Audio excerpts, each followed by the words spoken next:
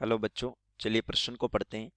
आप परिवर्तन कैसे करेंगे बेंजीन से पैरानाइट्रोटोलुइन, यानी बेंजीन से पैरानाइट्रोटोलुइन बनाना है। तो आइए सबसे पहले प्रश्न के मुख्य उदाहरण पे बात करते हैं। मुख्य उदाहरण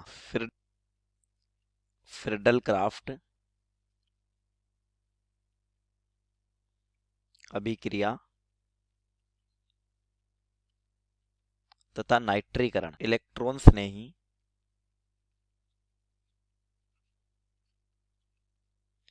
प्रतिस्थापन क्रियाविधि है। प्रतिस्थापन क्रियाविधि है। तो चलिए बेंजीन से पैरानाइट्रोटोलुइन बनाते हैं प्रश्नानुसार। तो ये हमारे पास बेंजीन है, इसकी क्रिया करवाते हैं CH3Cl यानी क्लोरोमेथेन से।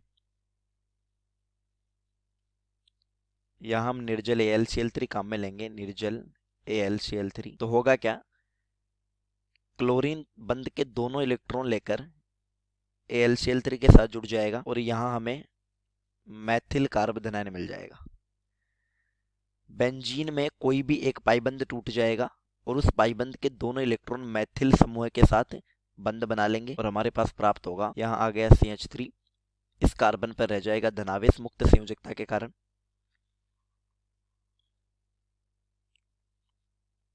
अब धनावेश को खत्म करने के लिए या एरोमेटिक हासिल करने के लिए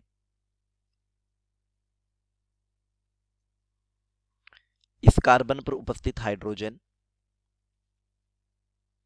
H+ के रूप में बाहर निकलेगा, क्योंकि इलेक्ट्रॉन से नहीं प्रतिस्थापन क्रियाविधि है, और बंध के दोनों इलेक्ट्रॉन बेंजीन वाले को देगा। यहाँ पर बेंजीन में फिर से द्विबंध का निर्माण होगा और हमें मिल जाएगा टोलुइन। पूरी प्रक्रिया को नाम देते हैं फ्रिडल क्राफ्ट अभिक्रिया।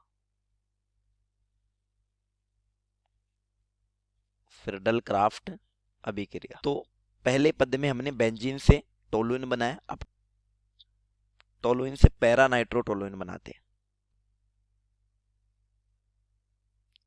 अब टोलुइन की क्रिया सांद्र H2SO4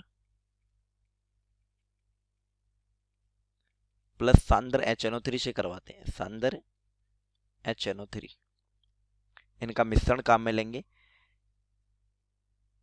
इनमें सांद्र H2SO4 अम्ल होता है और सांद्र HNO3 क्षार होता है।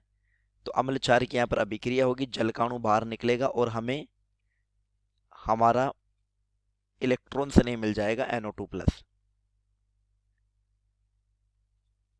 इलेक्ट्रॉन से नहीं। अब देखिए एक महत्वपूर्ण बात समझते हैं कि मैथिल समूह है, यानी जो CH3 समूह है,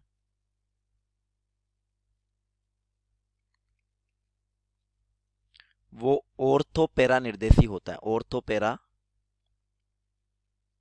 निर्देशी समूह है, अर्थात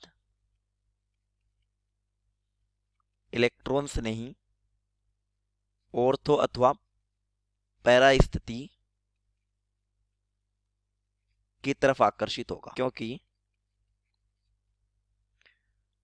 ऑर्थो अथवा पैरा पर इलेक्ट्रॉन घनत्व उच्च होगा और पैरा उत्पाद ज्यादा स्थायी होता है, इसलिए पैरा प्रमुख उत्पाद होता है। पैरा उत्पाद ज्यादा स्थायी। तो ये देखिए हमारे पास टोलुइन है, ये स्थिति इसकी ऑर्थो होगी, ये वाली स्थिति भी ऑर्थो होगी, ये वाली स्थिति पैरा होगी, ये वाली स्थिति मेटा होगी, ये मेटा होगी। जैसा हमने पहले देखा, सांद्र HNO3 प्लस सांद्र H2SO4,